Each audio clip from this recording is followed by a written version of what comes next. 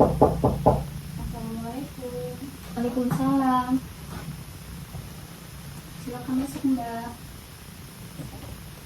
Silakan duduk.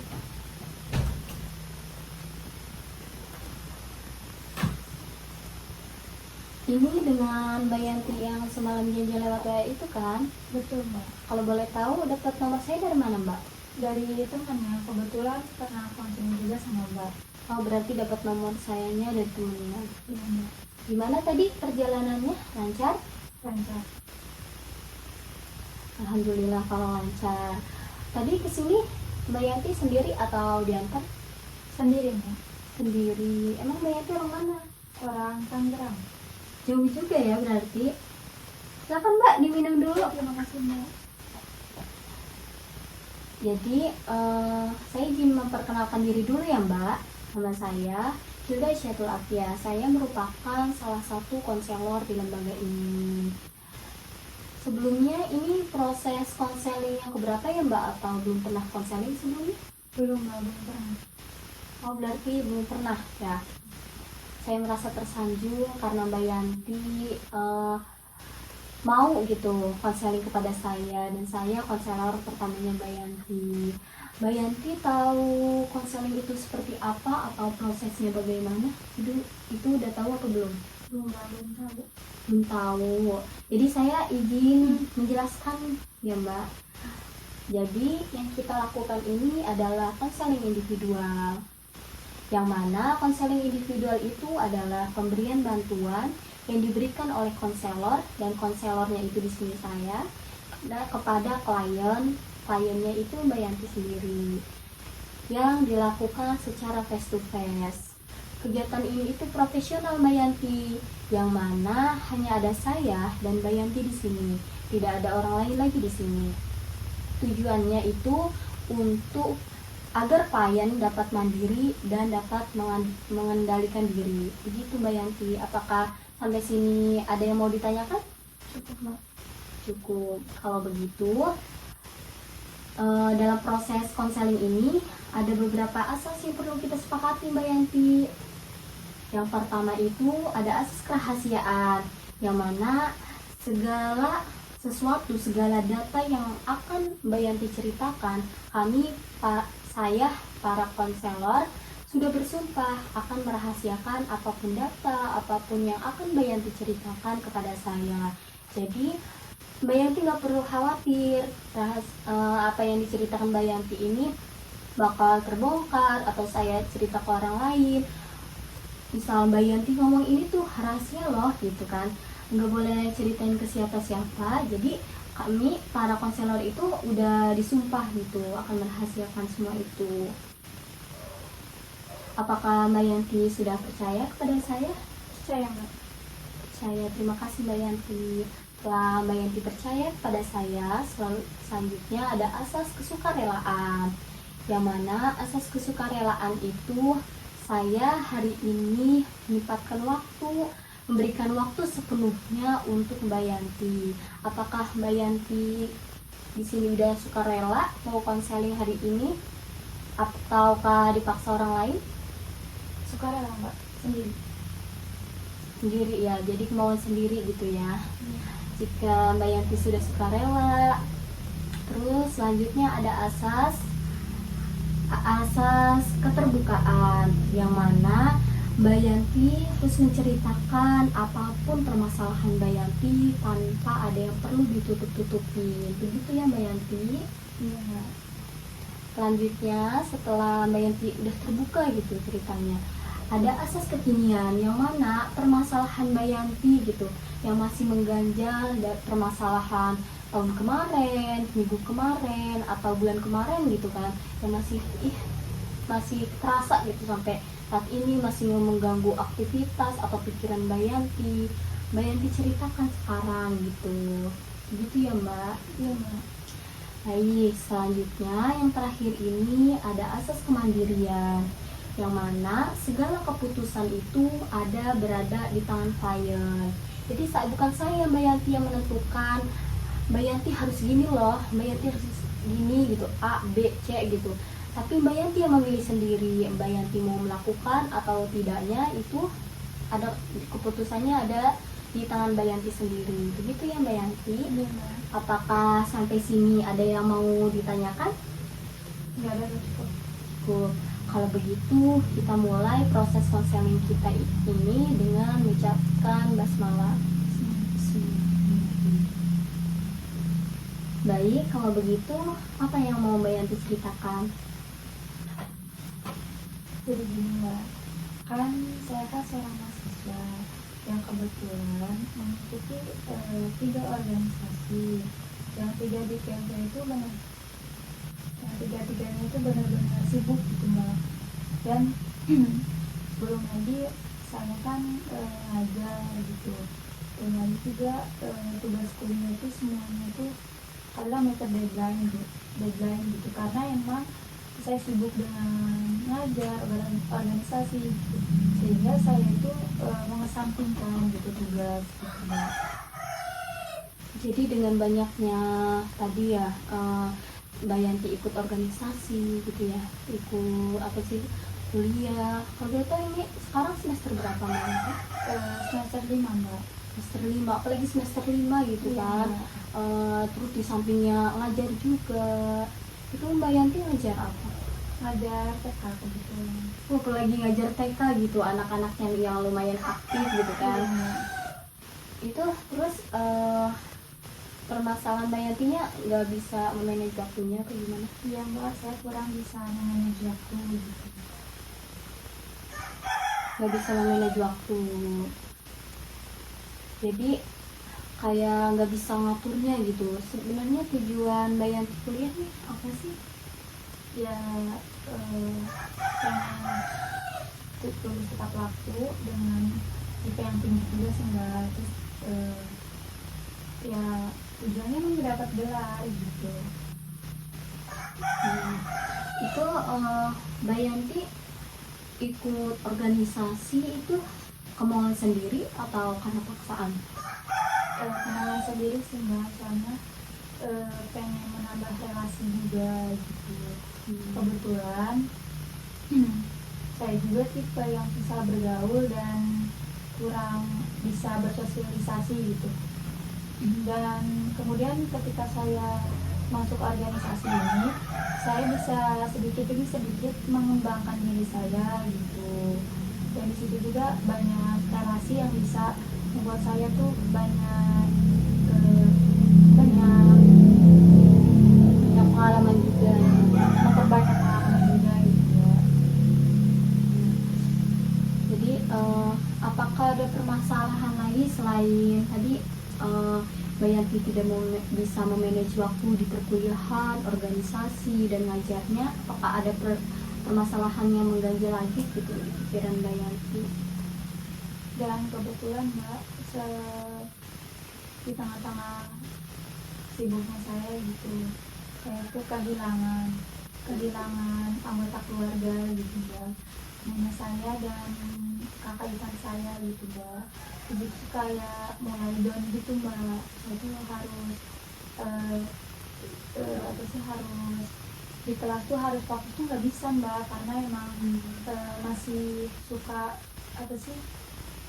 keinget lagi gitu, Mbak. Kepikiran gitu ya. Gitu. Jadi suka di kelas tuh suka nggak fokus aja gitu, masih mikirin gimana gitu. Saya masih berduka aja sih. Luar biasa sekali, saya merasa dengan banyaknya tugas Mbak Yanti gitu, padatnya Mbak Yanti bisa memanage Mbak Yanti bisa gitu, dengan banyaknya tugas itu masih bisa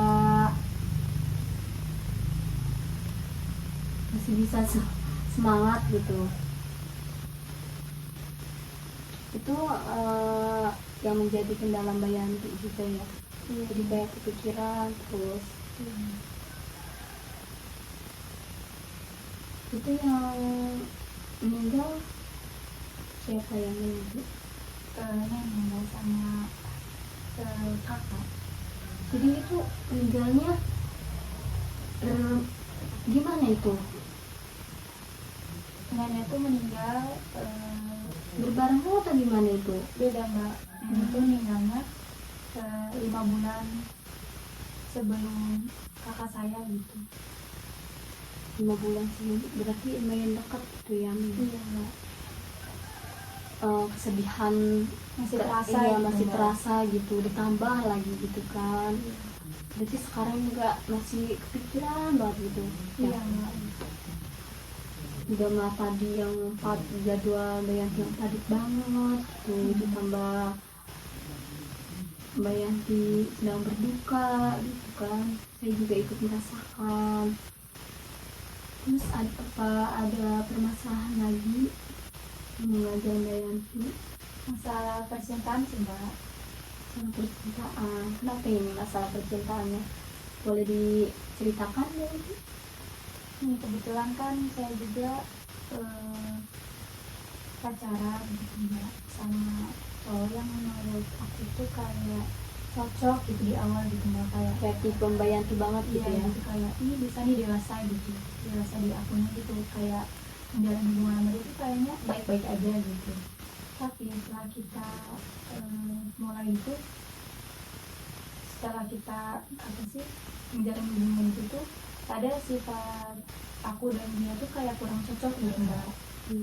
Kayak sifat aku mungkin menurut dia tuh egois gitu, tapi mbak di sisi lain juga dia tuh yang bikin kita nggak cocok tuh cara menyelesaikan masalah gitu mbak.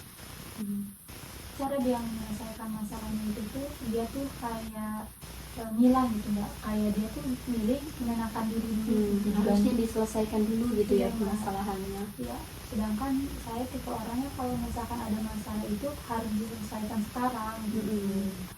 Dan nggak lama kemudian, 5 bulan kemudian kita jadi itu, dia mutusin mbak, tiba-tiba mutusin saya gitu dengan alasannya yaitu karena kata dia saya egois ya, saya selingkuhin, nggak mau kalah gitu ya. Tapi berhubung saya yang nggak mau maksa dia buat stay di kehidupan saya memilih ngelepasin gitu mbak. Saya milih ngelepasin dia gitu. Berarti kita tuh sama-sama sakit menjalani hubungannya mbak. Jadi kita milih milih putus aja gitu. Semoga dengan kita putusin itu dia apa sih menjalani hidupnya yang semoga mendapat yang lebih baik gitu kan ya. Gitu. Dan Tapi sebenarnya itu Mbak Yanti masih sayang sama-sama sayang gitu. sebenarnya kalau dibilang masih sama-sama sayang sih masih enggak. Soalnya kemarin juga dia tuh udah beberapa kali ngajak balikan mbak. Berhubung saya yang nggak mau ngerasain sakit lagi gitu, jadi saya kayak nolak aja gitu. Padahal di sisi lain juga saya tuh masih sayang gitu mbak. Itu sering soalnya ngajak balikan gitu. sering mbak. Tapi Mbak Yanti tolak terus ya. Iya mbak, karena emang menurut saya tuh kita tuh nggak cocok gitu mbak. Jadi mau dijalanin lagi juga pasti ujungnya bakal gitu gitu. Iya, bakal sama kayak kemarin gitu. Terus yang itu juga membuat saya makin susah fokus gitu mbak. Fokus belajar itu kayak berkurang gitu. Tapi sebenarnya Mbak Yanti pengen ngebenerin hubungan lagi apa pengen bener-bener lupain dia gitu? Pengennya sih ngelupain mbak, tapi masih proses. Karena yang sampai sekarang pun kalau dibilang masih sayang tuh masih sayang gitu mbak. Tapi masih punya kontaknya WA, IG gitu sih. Kalau WA sih udah nggak ada, tapi kita di Instagram sih. Jadi Mbak Yanti pengen cepet-cepet move on gitu ya sama dia. Iya mbak. Dari ceritanya Mbak Yanti gitu tadi, yang pertama itu Mbak Yanti tidak bisa fokus ya, tidak bisa memanage waktu gitu kan dalam organisasinya yang mungkin banyak, ada 3 ya tadi ya. Iya. Terus juga mata kuliah yang sangat banyak, yang sangat padat. Tadi semester 5 ya Mbak Yanti. Iya. Dan juga Mbak Yanti ngajar TK ya, Iya betul. apalagi anak-anak gitu kan. Mbak Yanti pernah nggak membuat jadwal gitu, membuat jadwalnya tulis tangan sendiri ditempel di tembok gitu, pernah tidak? Belum pernah Mbak, karena emang kayaknya nggak ada waktu juga sih, terlalu sibuk jadi nggak kepikiran ke situ. Belum kepikiran berarti ya, Ya, belum. bikin kayak gitu jaga. Belum. Terus biasanya kalau mau kuliah, mau organisasi itu gimana? Kadang sih seringnya sih diingetin temen Mbak, karena Diingetin saya juga temen suka ya? lupa gitu, suka terlalu sibuk sama hal lain sampai kadang ngajarin jadi lupa, bimbingan organisasi lupa gitu Mbak. Dan saya juga ngajar tuh Gimana kalau temen ngingetin itu biasanya? ya suruh ya kayak harus ikut gitu, diingetin aja Mbak, diingetin gitu.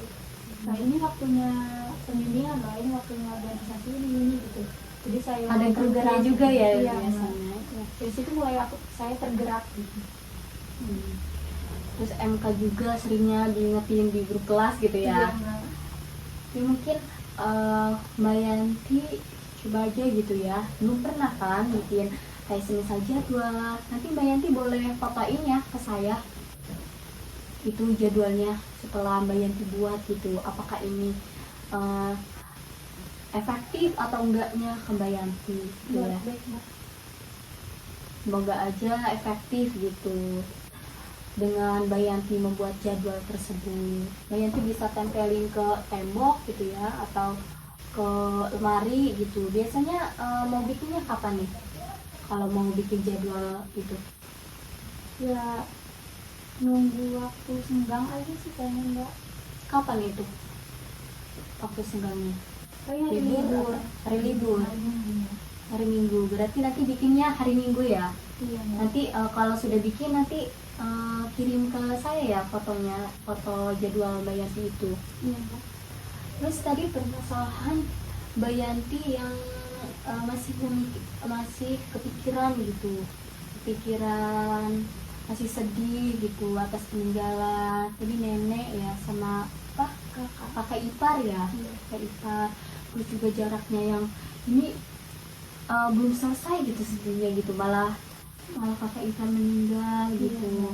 Mbak Yanti tuh pengen cepet-cepet, pengen ngilangin rasa sedihnya gitu ya. Iya Mbak. Tapi sering itu kan ya, sering ngedoain gitu, Iya Mbak. doain mereka gitu kan. Sering ya, Mbak Yanti harus lebih ikhlas aja, harus lebih sering ngedoain. Terus harus memfokuskan diri aja, fokuskan diri, banyak-banyakin. Tapi tadi juga banyak kegiatan gitu Mbak Yanti, Iya Mbak. tapi masih kepikiran aja gitu ya. Iya Mbak. Iya. Walaupun banyak kegiatan juga masih kepikiran nenek gitu ya, kakak ipar. Eh, dengan Mbak Yanti itu, terus Mbak Yanti nggak fokus ya. Terus permasalahan Mbak Yanti tadi juga, Mbak Yanti itu pengen cepet-cepet move on sama orang, sama pacar Mbak Yanti dulu gitu. Berarti udah putus kan ya sekarang mah. Mbak Yanti itu nggak punya nggak kayak foto, atau tadi masih berteman ya, masih berteman di IG-nya. Iya Mbak. Ya biasanya sih kalau pengen cepet putus mah kayak udah Cepet gitu. move on. Dia pengen cepet move on ya, pengen cepet move on mah ya nggak berteman di IG, nggak punya WA-nya, fotonya. Udah ngelakuin belum seperti itu? Ya udah Belum. diblokir aja gitu, Belum. biar nggak keinget. Kan kalau misal nih Mbak Yanti lagi buka IG, terus dia bikin SK gitu kan, terus lihat nih sama Mbak Yanti, ih kok ada dia gitu kan, keinget lagi kan. Iya sih, Mbak. Bener. Atau apa, IG doang ya bertemannya. Iya. Iya, nanti kayak kalau ngeliat SG dia keinget lagi. Jadi kalau pengen benar-benar Mbak Yanti lupain dia, coba di IG-nya gitu, dianya di-unfollow aja, biar benar-benar gak ada kabar tentang dia seperti ini. Terus Mbak Yanti harus memfokuskan diri. Misal pikiran Mbak Yanti ini harus difokuskan gitu, Mbak Yanti kan ikut MK nih, lagi ikut MK nih.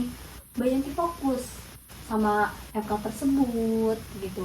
Terus Mbak Yanti lagi ikut kegiatan organisasi nih.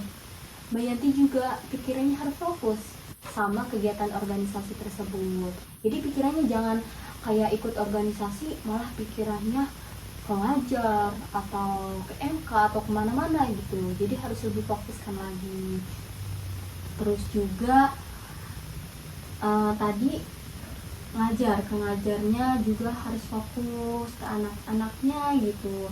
Dengan Mbak Yanti bisa memanage waktunya tadi membuat jadwal itu seperti itu. Apakah masih ada yang mengganjal Mbak Yanti masalahannya? Kalau masalah sih Apa itu saja yang mengganjal? pertemanan sih Mbak. Pertemanan juga suka mengganggu konsentrasi. Kadang belum lagi kayak mereka tuh circle-circlean gitu Mbak.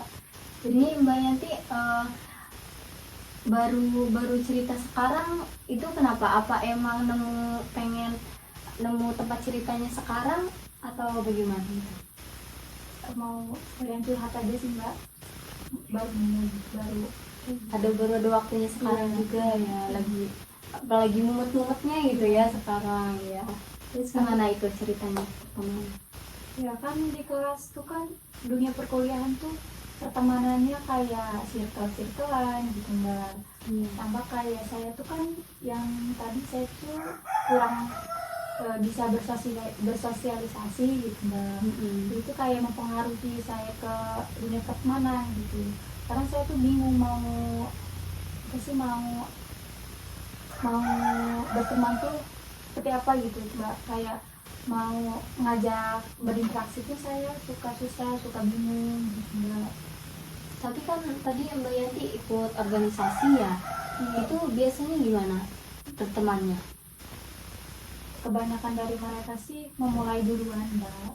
Jadi harus dia gitu ya yang ngajak kenalan gitu ya, yang ngajak ngobrol Mbak Yanti duluan gitu. Itu kenapa Mbak Yanti? Apakah merasa malu atau gimana? Iya Mbak, Yang Mbak Yanti rasain gitu? malu sih kayak nanti kalau misalkan saya nyapa duluan nanti bakal kebalik nggak ya gitu. Saya itu udah pikirannya overthinking gitu Mbak. Overthinking duluan sebelum memulai gitu.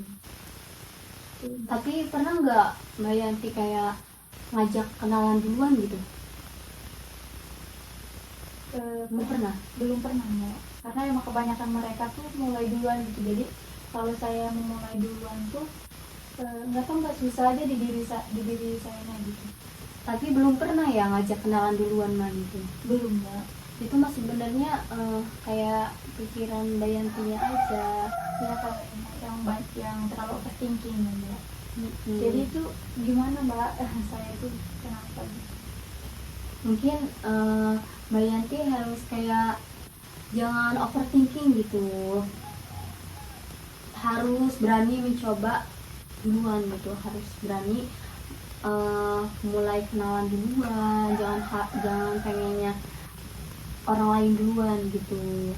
Takutnya gitu kan Mbak Yanti nanti temennya dikit gitu. Terus juga tapi di organisasi sering banyak kegiatan yang aktif gitu kan. Itu Mbak Yanti gimana pertemanan? Kalau dibilang baik sih pertemanannya tuh lebih baik ke organisasi Mbak, karena mereka tuh lebih banyak duluan menyapa dan mengenali diri gitu Mbak ke saya. Jadi saya lebih mudah bergaul juga sama mereka. Beda lagi sama teman kelas gitu yang dimana mereka tuh kayak pas saya udah masuk tuh mereka udah punya circle masing-masing gitu loh Mbak. Pas Mbak Yanti masuk itu ya. Jadi saya suka bingung aja, suka di kelas tuh suka sakit hati sendiri gitu ya. Tapi pas awal itu ya, pas awal Mbak Yanti masuk kuliah ya, dan sekarang Mbak Yanti itu udah semester 5, itu sekarang di kelasnya itu punya teman apa enggak itu Mbak Yanti? Kan kebanyakannya tadi di organisasi ya dekatnya itu. Ya kalau di kelas sih kayaknya semuanya itu teman Mbak, cuma emang seperlunya aja gitu. Kalau ya ada tugas ya nyampein semuanya gitu, kayak biasa. Intinya seperlunya aja sih Mbak, karena emang kurang kurang berinteraksi kita sama-sama gitu. Jadi nggak ada temen yang benar-benar temen gitu ya, yang kayak bilang bisa disebut juga sahabat gitu. Ya makanya saya memilih ke konsultan mental gitu, yang mungkin bisa dipercaya gitu ya. Jadi lebih dekatnya ini Mbak Yanti itu kok Teman teman organisasi. organisasi Iya Mbak. begitu. Gimana perasaan Mbak Yanti setelah melakukan konseling ini? Lega sih Mbak, karena emang itu masalah ini tuh pengen aku ceritain gitu, cuma belum nemu orang yang saya percaya gitu Mbak. Jadi saya tuh dari kemarin tuh bingung mau cerita ke siapa gitu, dan berhubung itu juga ada teman yang pernah konseling sama Mbak gitu, jadi dia ngusulin gitu Mbak, ngusulin saya untuk datang ke Mbak juga gitu. Saya mengucapkan selamat gitu kepada Mbak Yanti, karena Mbak Yanti sudah menjadi pribadi yang mandiri, yang kuat gitu sampai sekarang gitu, dengan banyaknya cobaan gitu kan. Pasti sih gitu, hidup mah gak ada yang enak gitu, banyak cobaannya. Jadi tadi itu ya Mbak Yanti harus memfokuskan diri, harus tadi membuat jadwal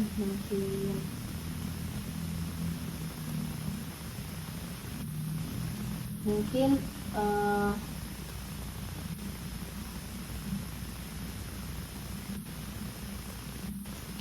dengan banyaknya kegiatan Mbak Yanti tadi, saya harap kedepannya Mbak Yanti dapat fokus, dapat mencapai tujuannya. Tadi pengen dapat gelar fokus tepat waktu ya, dan Lulus tepat waktu dan dia mendapat IP yang tinggi. intinya pengen setelah lulus ini pengen jadi orang bermanfaat gitu ya buat orang. Ya, semoga dengan saya masuk perguruan tinggi gitu ya, saya kan dapat banyak relasi dan pengalaman gitu. Semoga saya kedepannya tuh mendapat pekerjaan yang semoga bisa baik, semoga juga bisa mengangkat derajat keluarga gitu ya. Apalagi ikut organisasi juga gitu kan. Organisasi itu kan memberi banyak mengembangkan diri banget gitu kan di organisasi itu. Ya kebetulan dari organisasi juga saya berani mencoba berani gitu ya. Walaupun kadang tadi pemalu ya. Saya tipe pemalu Mbak. Jadi di organisasi tuh karena organisasi ini bisa mengembangkan diri saya gitu Mbak. Ya. Jadi selalu fokuskan, kalau saya ikut organisasi saya bisa berkembang gitu, walaupun saya malu gitu, kayak dipaksa gitu ya, mau nggak mau gitu kan. Dan kebetulan ya dengan itu juga ya alhamdulillah saya mengikuti organisasi gitu ya. Dengan organisasi juga banyak membantu saya gitu. Banyak pertemanannya juga di organisasi. Ya tadi coba aja gitu kan, Mbak Yanti membuat jadwal supaya kegiatan Mbak Yantinya itu berjalan secara efektif, bisa memanage waktunya gitu, memanage waktu mana perkuliahan, mana organisasi, mana ngajar. Dan Mbak Yanti harus memfokuskan pikiran Mbak Yanti ke tujuan Mbak Yanti tersebut, tanpa memikirkan hal-hal yang membuat Mbak Yanti down gitu, atau merasa malas atau merasa kepikiran, Mbak Yanti sedih gitu ya Mbak Yanti. Iya Mbak.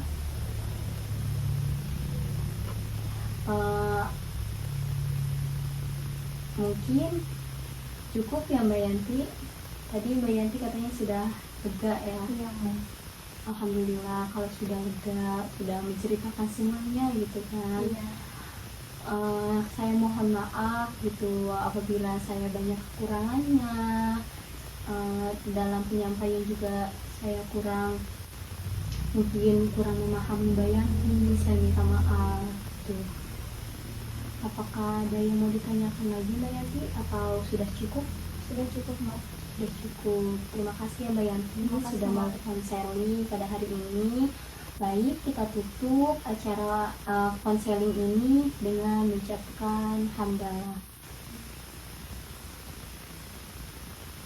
Mungkin itu saja ya Mbak Yanti.